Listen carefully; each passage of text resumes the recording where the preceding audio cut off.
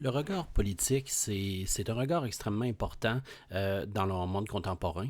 D'abord, il faut comprendre qu'est-ce qu'on entend par la politique, hein. Et puis, la politique, c'est pas très compliqué, c'est le pouvoir dans une société. Et puis, c'est très important parce que ça entraîne vraiment des décisions, des actions qui changent le monde d'aujourd'hui. Et tout dépendamment de la manière dont un gouvernement pense, qu'on appelle l'idéologie, il peut y avoir différentes décisions qui sont prises et différents partis politiques aussi qui sont créés. Quand on parle d'une idéologie, tout le monde, c'est l'ensemble d'idées, d'opinions qui peuvent influencer un parti politique et orienter leurs décisions. Il y a plusieurs idéologies, bien sûr, qui existent là, à travers l'histoire. On a, par exemple, on a le fascisme, hein, qui est très connu parce qui a été inventé par Benito Mussolini en Italie, repris un peu plus tard par Franco en Espagne. Et bien, évidemment, le plus connu, c'est Adolf Hitler avec le nazisme. C'est vraiment un extrême, bien entendu. On a à l'autre extrême complètement, c'est le communisme. Ça, c'est à gauche, complètement inspiré d'une théorie par Karl Marx, qui dit que, en fait, dans la société, tout appartient à l'État, en fait, puis que tout est un bien commun.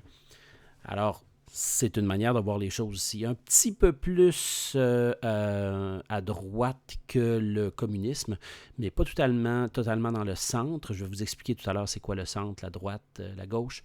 On a le socialisme. Ça, c'est vraiment la justice sociale. C'est l'élimination, par exemple, des inégalités, l'élimination des classes sociales.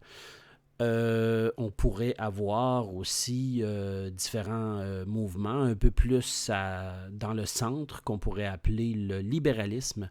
Ça, c'est la liberté, hein, des individus dans à peu près dans l'État. Donc, il n'y a pas de l'État, autrement dit. Il laisse les gens libres. Puis, il y a beaucoup de liberté individuelle.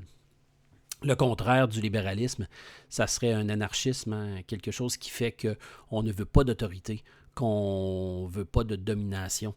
Aujourd'hui, il y a un mouvement qui se rapproche de ça, mais qui n'est pas dans l'anarchisme, c'est le mot libertarien. Mais j'en parlerai plus tard, aujourd'hui, c'est pas nécessairement important. On a un autre mouvement aussi qui s'appelle l'écologisme, qui favorise la nature, les enjeux environnementaux en prime, vraiment dans la primauté de ça, comme par exemple le Parti vert. On a un parti à droite qui est le conservatisme, qui n'est pas de l'extrême droite, mais ça dépend toujours. Conservatisme, c'est quelque chose on défend les valeurs traditionnelles. Quand on parle par exemple, du Trumpisme, comme Trump, là, on est vraiment à l'extrême plus du conservatisme, l'extrême droite, si on veut. Encore là, il y a plusieurs nuances là, à apporter par rapport à ça. Donc,